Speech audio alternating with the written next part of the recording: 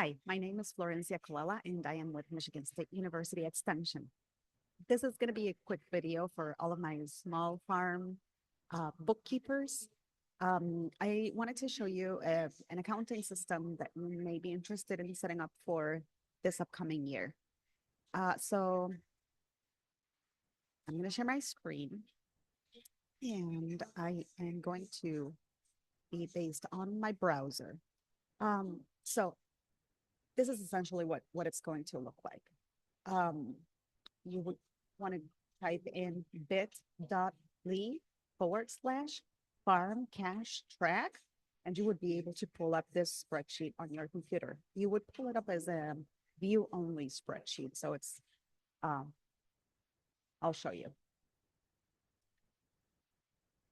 So for me, since I created this spreadsheet, I can go ahead and just edit it from here, but you will not be able to do that. So for example, if I logged in with um, a different account, this is how you will see it.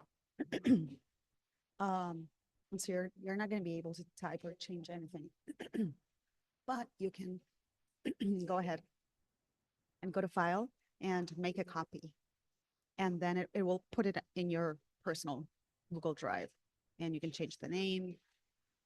So anyways, the good thing about having this file on your computer is well, there's several benefits, but the first thing that we need to do is review what's known as the chart of accounts. So there is a list here of accounts, so things that we're going to keep track of, and not all of these are going to apply to your farm.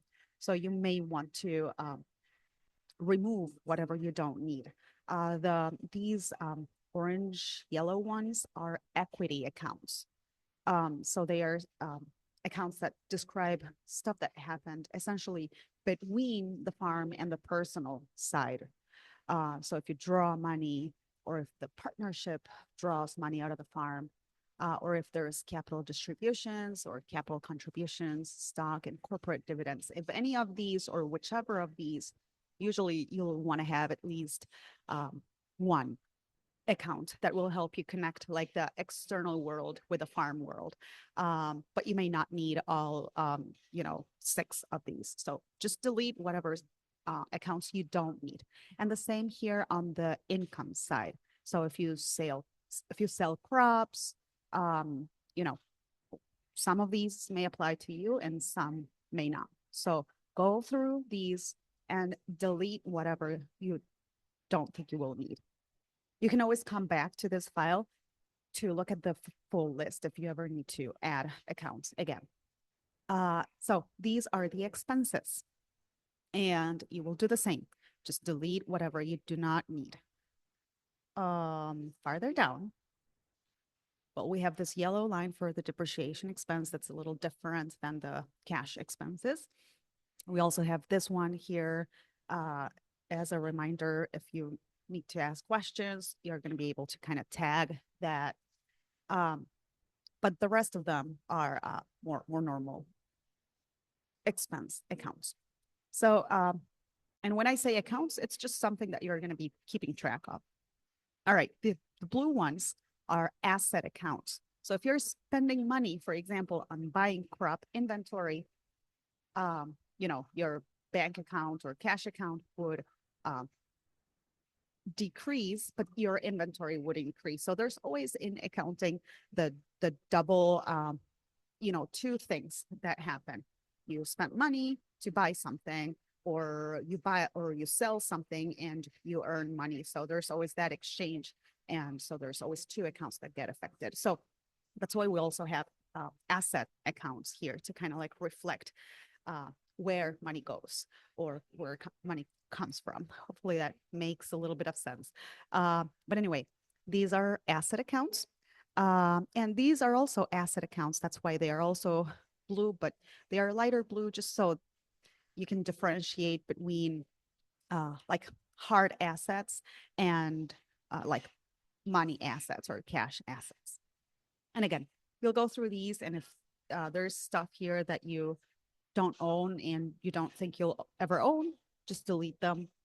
But there's machinery, vehicles, and so forth. And same with these, or you can even add, you know, if you have several different banks, you could add lines for the different banks that you do business with. These are liability accounts.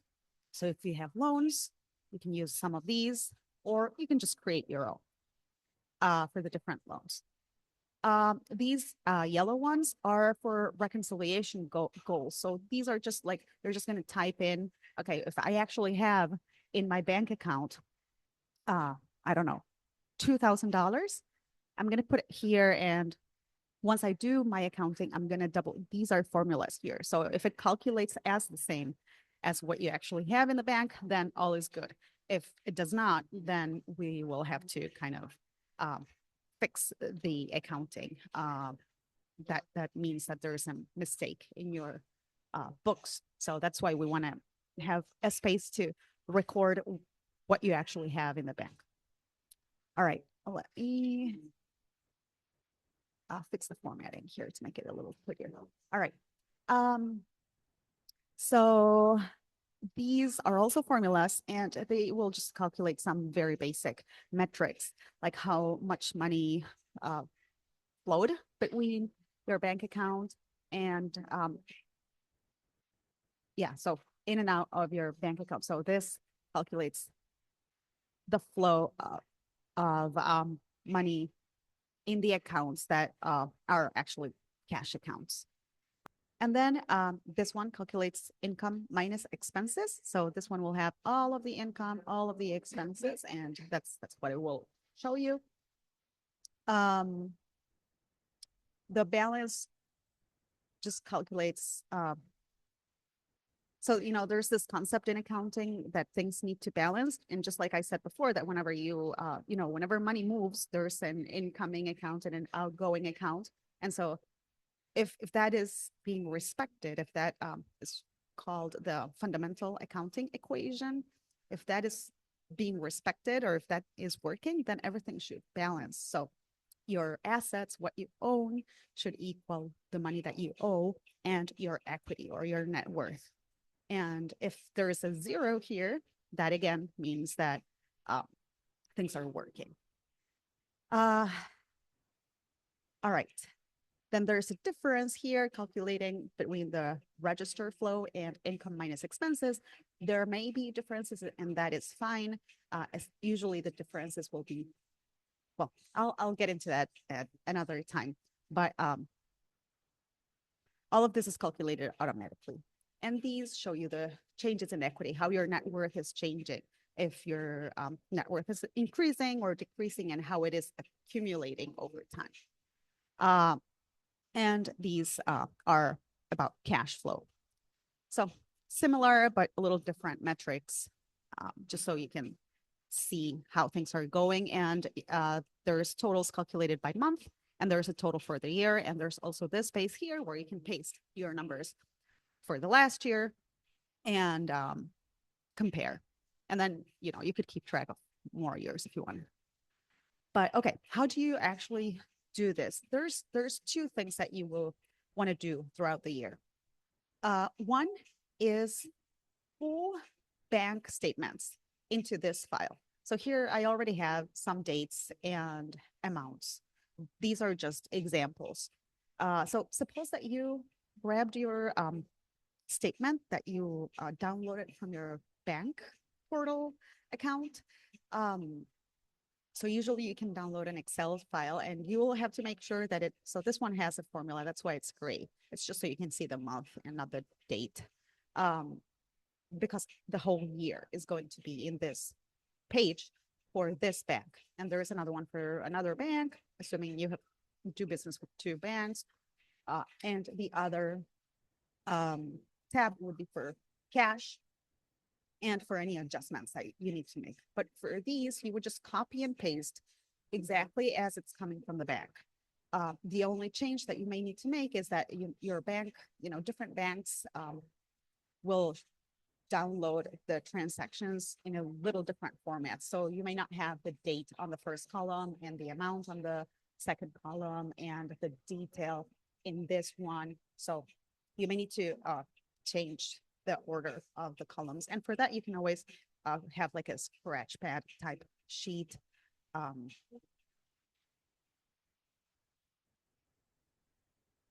To make those adjustments before you paste it into this one. Try not to make the adjustments right here because it may mess up the formulas. So, okay, once you have that here and you know what each of these income or expense line items are, what you will have to do is categorize them. And like I said before, there's always two accounts that get impacted with every transaction. So here it says account plus, account minus. This is a very simple way of putting. So if you bought something with cash, your petty cash would be the account that gets impacted like negatively. But you may be buying feed, and so you would choose one of these, for example. So you purchased feed. All right, this one. And you'll do the same for every transaction. And then things will get updated automatically here. You would have less cash because the amount here was $9. Well, it's rounded, but and you would have your expense. Oh, well, what did I say it was? Purchased feed expense. Oh, here it is. All right. And you have the total there too. And that's what you do, and it just updates automatically. So then here, there's a column to say if you actually have the receipt for that purchase or not. And so you can just put X's here or whatnot, just to keep track of whether you are actually keeping good track of your receipts or not. And speaking about that, I will show you something else in just a second. But this column here is once you have a lot of things listed here, you may have petty cash here or here. And if you ever want to filter by petty cash, you wouldn't be able to use these filters because, this filter filters this column and this filter filters this column. So this one, what it does is you can select the account, and then you'll have exclamation points here. And so you can filter by those exclamation points, and you'll see every transaction that impacted the petty cash account, whether it was negatively or positively. Hopefully that makes a little bit of sense. And I'm just not going to explain the rest of it, but it's supposed to help find duplicated transactions. So you would do the same with every bank statement or whatnot, but really where we're trying to get to is a full book. So this page will just like kind of summarize everything in all of these different tabs. And it will be your full book for all of the different banks or cash that you work with. So this one is just a formula. We don't need to change anything, but the totals calculate based on this page. So if I try to change anything on this page, it will break. So just leave this one alone and make your changes in these ones. All right. I said that I would say something about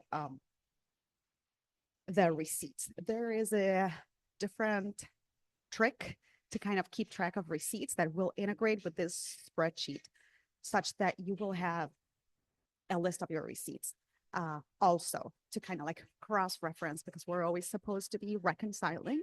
So we have our bank account and our bank statement, which is essentially what we would use to complete this one. But we have to have records of all of those transactions. It's one of the requirements of the IRS.